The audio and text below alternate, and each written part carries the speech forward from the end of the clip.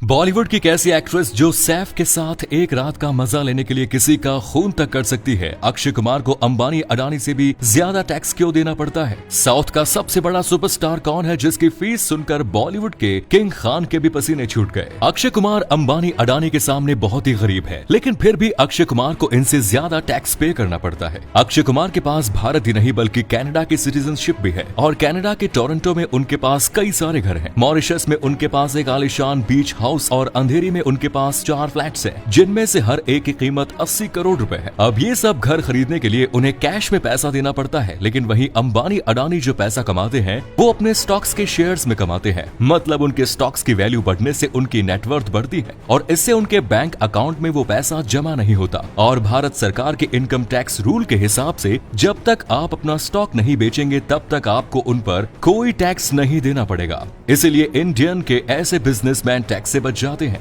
और वहीं अक्षय कुमार को ऐसे प्रॉपर्टी खरीदने के लिए ज्यादा टैक्स पे करना पड़ता है। मगर इसके बावजूद आज साउथ की मूवीज बॉलीवुड पर भारी पड़ रही है। लेकिन आप शायद जानते होंगे कि साउथ के 4 सबसे महंगे सुपरस्टार जिसकी फीस सुनकर बॉलीवुड के किंग खान के भी पसीने छूट गए। जो साउथ के मेगा स्टार कहे जाने वाले चिरंजीवी अब तक 150 से ज्यादा मूवीज में काम कर चुके हैं और उनके नेटवर्थ 1500 करोड़ रुपए है। इस लिस्ट में तीसरे नंबर पर है जूनियर एनटीआर। बड़े घराने से आने वाले जूनियर एनटीआर की नेटवर्थ 2700 करोड़ रुपए है और रिसेंट मूवीज में जूनियर एनटीआर के साथ को स्टार रामचरण इस लिस्ट के दूसरे नंबर पर है, जो मगधीरा और RRR जैसी फेमस मूवीज कर चुके हैं और इनकी नेटवर्थ 2800 करोड़ रुपए और आज की तारीख में साउथ के सबसे बड़े सुपरस्टार हैं नागार्जुन, जिन्होंने अपने 35 साल लंबे करियर में 100 से भी ज्यादा मूवीज में काम किया है और इनकी नेटवर्थ 3000 करोड़ रुपए है। मगर इतना सारा पैसा होने के बावजूद बॉलीवुड की वो एक्ट्रेस जो करीना कपूर के हस्बैंड सैफ अली खान को किडनैप कर उनके साथ रात गुजारना चाहती है और किडनैप के बाद वो सैफ के साथ क्या क्या करना चाहती है ये तो आप समझ गए होंगे।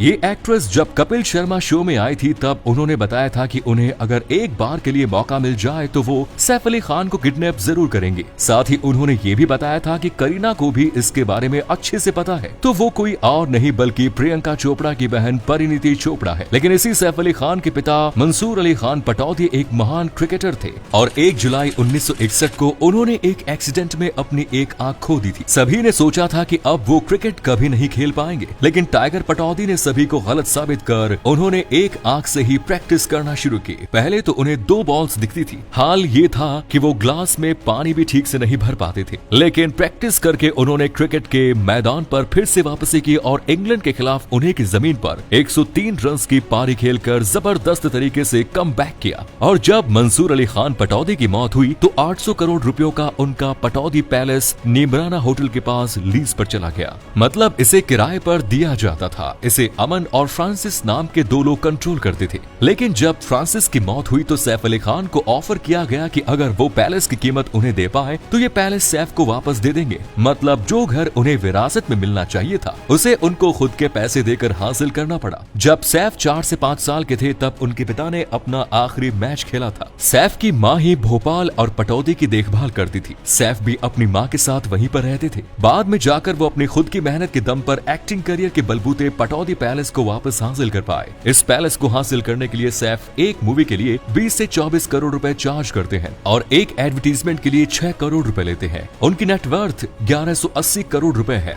आज की डेट में उन्हें 1 national awards, 7 film fair awards और पद्मश्री अवार्ड से भी नवाजा जा चुका है। भोपाल उनके पास 5000 करोड़ की संपत्ति है। सैफ के पास 10 लाख की हार्ले डेविडसन बाइक है। कार्स की बात करें तो उनके पास Toyota Land Cruiser, Mercedes Benz, BMW जैसी लग्जूरियस कार्स है। सैफ को घड़ियों से इतना प्यार है कि वो दिन में 3 बार अपनी घड़ियां बदलते हैं। एक जगह जहां वक्त 2 साल आगे चलता है, मतलब सचमुच का टाइम ट्रेवल, जहां आप अतीत नहीं बल्कि भविष्य में चले जाएंगे। और ये और कहीं नहीं बल्कि हमारे इंडिया के रांची के जमशेदपुर के बीच स्थित ताईमारा वैली में है, जहां से जो भी निकलता है उसके फोन में समय ऑटोमेटिकली 2 साल आगे बढ़ जाता है। यहाँ पर आते ही व्हाट्सएप जैसे एप्स गलत टाइम का नोटिफिकेशन देकर काम करना बंद कर देते हैं। यहाँ के स्कूल्स में टीचर्स को ऑनलाइन अटेंडेंस लेने में भी बहुत प्रॉब्लम्स आती है। यहाँ रहने वाले लोगों को इसमें कोई खास फर्क नहीं नहीं पड़ता, लेकिन यहाँ पहली बार आए लोगों का सर चकरा जाता है। साइंटिस्ट्स की माने तो इसका रीजन यहाँ के स्ट्रॉन्ग मैग्नेटिक फील्ड्स है। हालांकि फिलहाल तक हम इसके एग्जैक्ट रीजन से अनजान है। जरा इस वीडियो क्लिप को देखिए जहाँ भारत के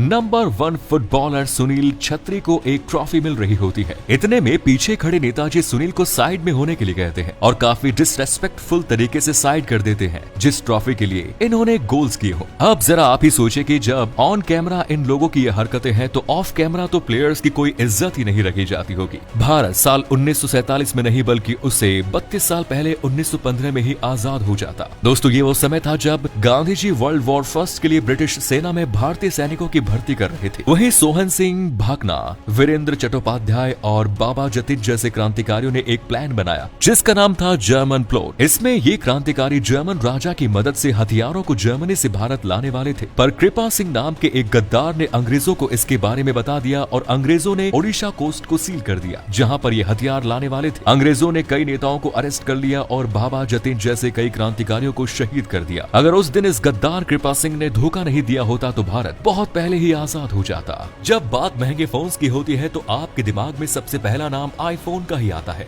पर दुनिया का सबसे महंगा फोन है वर्च्यू सिग्नेचर कोबरा। इसमें 439 रूबीज लगी हुई है और डायमंड, गोल्ड और एमरल्ड भी भर भर के लगाया गया है। इसकी प्राइस है 2.3 करोड़ रुपीस। मजेदार बात तो यह है कि इसमें एंड्रॉइड और iOS दोनों ही नहीं चलते, बल्कि ये एक फीचर फोन है। क्या आपको पता है कि पोर्शे, बुगाटी और लैम्बोर्गिनी जैसी लग्जूरियस कार्स एक ही कार कंपनी बनाती है? इस कंपनी का नाम है Volkswagen. Skoda, Seat, Cupra, Audi, Lamborghini, Bentley, Porsche, Bugatti और डुकेटी ये सभी फॉक्सवैगन की ही कार्स हैं। फॉक्सवैगन ऐसा करके अलग अलग जरूर करता है और बजट वाले कस्टमर्स को टारगेट करती है। इसे मल्टी ब्रांड स्ट्रेटेजी कहते हैं और इसका इस्तेमाल करके आज इस कंपनी ने पूरी दुनिया के कार मार्केट का 8% मार्केट शेयर एक्वायर किया। तो अगर ये वीडियो आपको अच्छा लगा तो इसे लाइक और अपने दोस्तों के साथ शेयर करना ना भूलें। और अगर अभी तक आपने हमारे फेसबुक पेज को फॉलो नहीं किया तो फॉलो करके नोटिफिकेशन बेल को ऑन कर दीजिए। मिलता हूँ आपसे अगले वीडियो में और हमेशा की तरह थैंक्स फॉर वॉचिंग।